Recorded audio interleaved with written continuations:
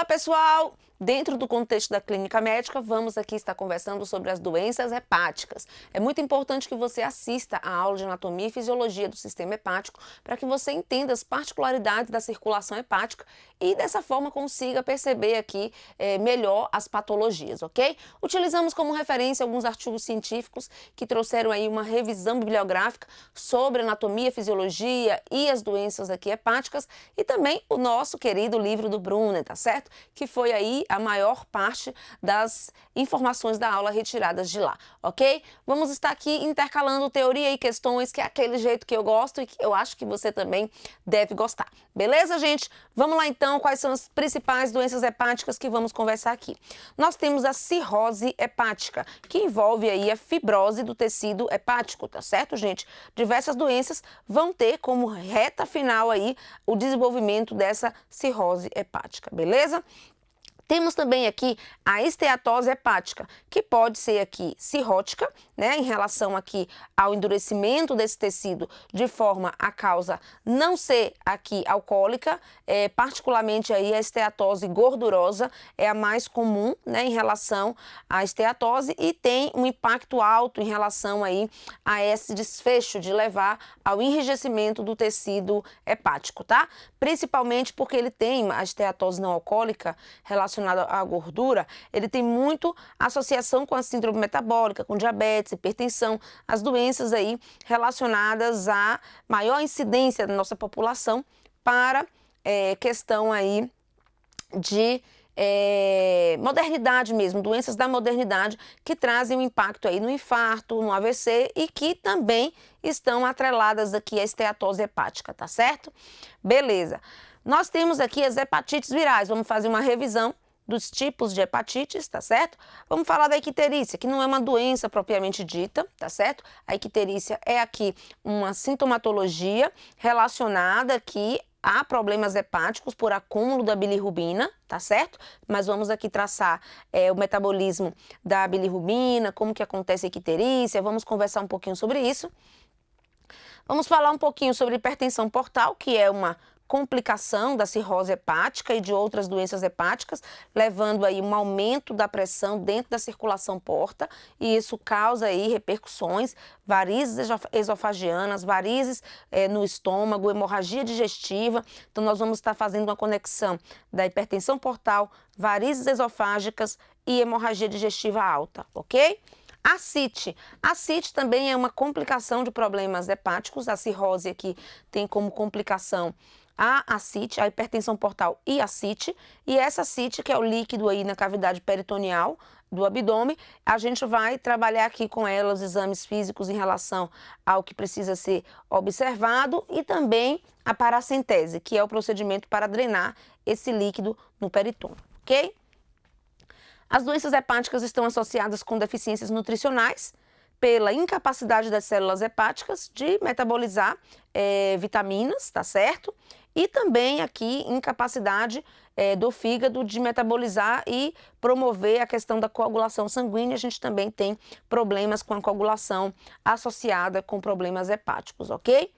Temos a situação de maior gravidade e de alta mortalidade, que é a encefalopatia hepática. Quando eu tenho aí a insuficiência hepática instalada, eu vou ter a incapacidade de gerar aqui a transformação da amônia tóxica, tá certo? E dessa forma ela vai se acumular no tecido cerebral, gerando um comprometimento do sistema nervoso e podendo levar ao coma hepático, ok?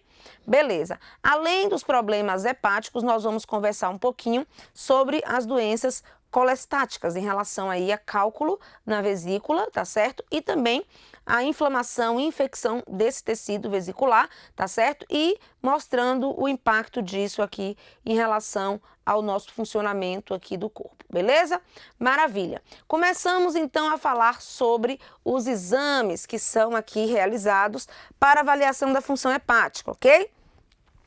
Onde eu tenho a bilirrubina, que mede a capacidade do fígado de conjugar e eliminar a bilirrubina. Preste atenção quando eu tenho aqui a quebra da hemácia, a nossa hemácia ela tem um tempo de vida, tá certo? É uma célula anuclear, produzida aí pela medula óssea dos ossos longos, mediante o estímulo da eritropoetina, lá um hormônio renal. Beleza, produziu a minha hemácia funcionou, cheia de hemoglobina, levando oxigênio para todo quanto é lado, tirando o gás carbônico, tá certo?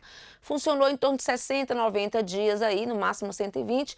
O fígado, assim também como o baço, capta ela, quebra essa hemácia, libera as substâncias que estão dentro dessa hemácia. Dentre elas, nós temos a biliverdina.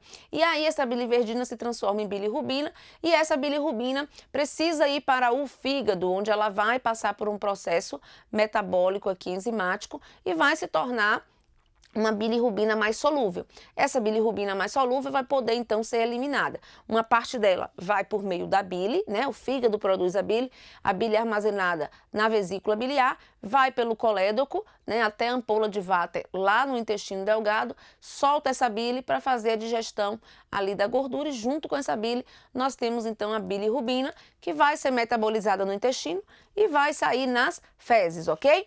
Então, quando eu falo aqui de bilirrubina, o metabolismo normal dela, né, eu quero que ela seja eliminada. Por quê? A bilirrubina, ela tem aqui que manter os níveis normais na corrente sanguínea. Se aumentar esse nível de bilirrubina, nós vamos ter uma intoxicação cerebral, tá certo? Inclusive em criancinhas, quando eu tenho aqui a anemia hemolítica, que quebra muita hemácia por conta de incompatibilidade do tipo sanguíneo mãe e bebê, o que acontece? O excesso de bilirrubina vai acumular no tecido cerebral da criança e vai gerar doença chamada kernícterus, tá certo? Que leva à lesão aí no tecido cerebral, ok? Então, a bilirrubina, os níveis dela, vai mostrar para mim o funcionamento hepático. Se tiver normal, o fígado está funcionando bem. Se tiver normal, o fígado pode estar funcionando mal, porque pode estar acontecendo quebra em excesso aqui dessa hemácia também, que o problema aí não seria no fígado, seria uma, por exemplo, reação relacionada à transfusão sanguínea, ok? Então, esse nosso fígado, gente, ele vai ser avaliado em relação aos valores da bilirrubina, porque ele tem a função de metabolizar, tornar essa bilirrubina solúvel para ser eliminada, tanto pelas fezes em maior quantidade e um pouquinho dessa bilirrubina aqui também vai ser reabsorvida, vai ser filtrada lá no sistema renal e vai sair na urina. Observe que a bilirrubina é o que dá a cor à urina, amarelinha, né? Na urina ela sai amarelinha e nas fezes é a cor amarronzada, tá certo? Porque ela passa pelo metabolismo ali por bactérias, né? Que vão aí metabolizar a bilirrubina e vai então dar origem à cor amarronzada das nossas fezes. Se a pessoa tiver uma doença hepática, gente, o que é que vai acontecer com a nossa bilirrubina? Ela vai estar aí com dificuldade, tá certo? De sair pelas fezes, tá certo? Então as fezes vai ficar de que cor? As fezes vai ficar esbranquiçada, tá certo? A gente chama de acolia. Toda vez que as fezes estão mais esbranquiçadas, a gente precisa fazer uma investigação da função hepática, tá certo? Que é chamado de acolia. Quando eu tenho aqui esse excesso de bilirrubina não conseguindo sair nas fezes, ele vai sair na urina. E a urina vai ficar o que, gente? Escura, cor de Coca-Cola. Colúria é o nome que a gente chama quando essa nossa bilirrubina sai em excesso pela urina, tá certo, gente? Beleza? E claro que ela vai impregnar na pele, gerando essa icterícia que nós falamos ali de forma isolada junto com as doenças hepáticas, para chamar a sua atenção que isso é muito importante, ok? Então, a bilirrubina traz para mim essa informação da função hepática. O fígado, ele tem a função de produzir proteínas, tá certo? A albumina e globulina são as principais proteínas do sangue e quem produz aqui é o fígado. Então, a gente vai ter esses valores alterados na cirrose, na hepatite e outras doenças aqui hepáticas, ok? O tempo de protrombina tem a ver com a coagulação sanguínea. E como a coagulação sanguínea tem relação aos fatores de coagulação com produção hepática, bem como a vitamina K, nós vamos ter aqui alteração na coagulação quando ocorre o problema hepático, ok? Fosfatase alcalina é uma enzima aqui produzida nos ossos, fígado só tem um, né? Rins e intestino. É eliminada pelo trato biliar, medida sensível aqui de obstrução biliar, ok? Transaminase, TGO e TGP são enzimas da célula hepática. Quando a gente tem ruptura da célula hepática, eu tenho aí o TGO e TGP, tá certo? Quando ela está em excesso, essa destruição da célula hepática, né, por conta de hepatite, cirrose, esse TGO e TGP aumenta significativamente, ok?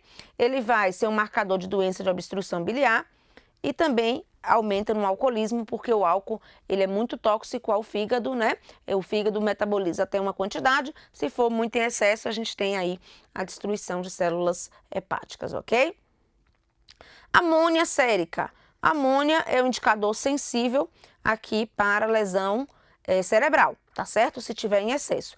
E o fígado, gente, ele tem a função de metabolizar essa amônia, que é tóxica, que é um produto da degradação das proteínas, né, da nossa alimentação, e essa amônia, então, ela vai ser convertida em ureia, que vai ser eliminada por meio da nossa urina, tá certo? Quando o paciente tem uma insuficiência hepática por alguma doença, vai deixar de fazer também essa função dele, né, que é metabolizar aqui a amônia, transformando em ureia, e dessa forma eu tenho aí a toxicidade da amônia no tecido cerebral, levando a encefalopatia hepática, tá? O colesterol, ele também pode ser um indicador para a gente aqui, vai estar elevado na obstrução biliar, ok? Então é muito importante, gente, essa parte introdutória aqui dos exames de avaliação da função hepática. Além desses que estão aqui no Brunner, a gente também tem o Gama GT, que também avalia a função hepática, tá certo, gente? É muito importante, as provas aí de enfermagem cada vez mais estão mais aprofundadas, cobrando aqui também a interpretação desses exames, beleza? Vamos lá aqui então em relação às causas, principais causas de problemas hepáticos. Infecção, como por exemplo as nossas hepatites, toxinas e medicações, então alguns medicamentos especialmente aí são hepatotóxicos em relação a sedativos, hipnóticos e analgésicos, tá certo? Você sabia, por exemplo, gente, que o paracetamol, ele é hepatotóxico, podendo levar aí a mortalidade mesmo por conta de intoxicação pelo paracetamol. Existe aí uma correlação, né, em doses altas, muito altas, é claro, mas tem sim essa correlação, ok? Distúrbios metabólicos, aqui vão causar problemas hepáticos, o alcoolismo e a desnutrição. Isso aqui anda junto, né? Quando a pessoa normalmente ela é aqui alcoólatra, ela também evolui com desnutrição, tá certo? E isso dificulta ainda mais aqui a melhora, né, da função hepática, ok? Então, alcoolismo e desnutrição são causas importantes de evolução dos problemas hepáticos, ok? Quais são os sintomas que o paciente apresenta ao ter aí um comprometimento da função hepática?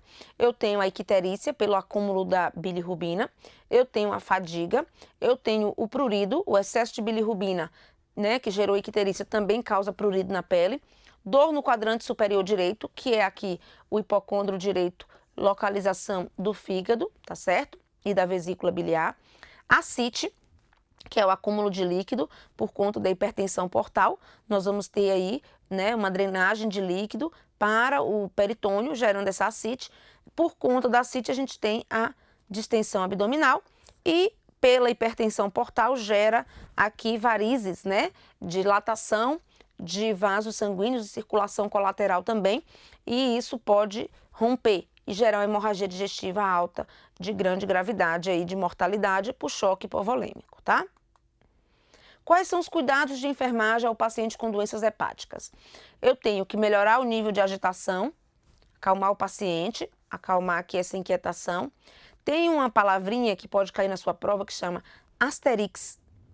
Asterix, ele quer dizer tremores nas mãos. É um sinal aqui importante da encefalopatia hepática, tá certo? Avaliar a função neurológica, pedir para o paciente escrever alguma coisa, desenhar alguma coisa, porque isso é uma forma de avaliar a função neurológica aqui do paciente com encefalopatia hepática. Monitorar os exames, os valores aqui da amônia, porque mostra sensivelmente a função hepática fazendo aí o metabolismo da amônia. Limitar a fonte de proteínas da dieta para diminuir a produção de amônia, né? Porque a amônia é um produto da degradação dos aminoácidos aqui da proteína. Administrar medicação que reduz o nível de amônia, como a lactulose e flumazenil. Ok? Então é importante a gente estar aí associando esses cuidados do Brunner com o nosso paciente. Olha aqui a primeira questão na prova do CESP HUB 2018. Foi a prova de residência. Julgue os itens seguintes acerca de exames e procedimentos diagnósticos. Níveis séricos de bilirrubina total, que podem ser medidos em exame de sangue de rotina, permitem avaliar o funcionamento hepático. E aí, é a bilirrubina, gente, um indicador sensível de avaliação da função hepática? Sim, bilirrubina é um indicador de avaliação de função hepática, certinho aqui o nosso gabarito, ok? Vamos agora para o próximo bloco trabalhar com a doença cirrose, beleza, gente? A gente fez essa introdução de maneira geral das doenças hepáticas e a correlação de uma com a outra, né? Porque eu tenho aqui um problema hepático, seja hepatite, seja esteatose hepática, alcoólica ou não alcoólica, né? A esteatose, seja que, na verdade, seja a cirrose uma complicação da esteatose, que é a gordura no fígado aqui, ou por um problema de cirrose aqui alcoólica, a cirrose gera a hipertensão portal gera ascite, a hipertensão portal gera hemorragia digestiva alta, né? E aqui o final da via da insuficiência hepática, né? Quando chega nesse nível, é a encefalopatia hepática, que é o problema mais grave. Então, uma coisa vai gerando a outra, por isso que a gente vai na sequência. A gente começa falando de cirrose, depois a cirrose gera a hipertensão portal gera as varizes esofágicas e a via final da insuficiência hepática é a encefalopatia hepática, tá certo? Então, nós vamos trabalhar cada tópicozinho desse em um bloco e eu tô aqui esperando você para a gente começar a falar da cirrose. Dentre todas essas doenças, a que mais cai em prova é a cirrose, tá certo? Então, vamos lá? Próximo bloco, modo turbo ativado. Espero você!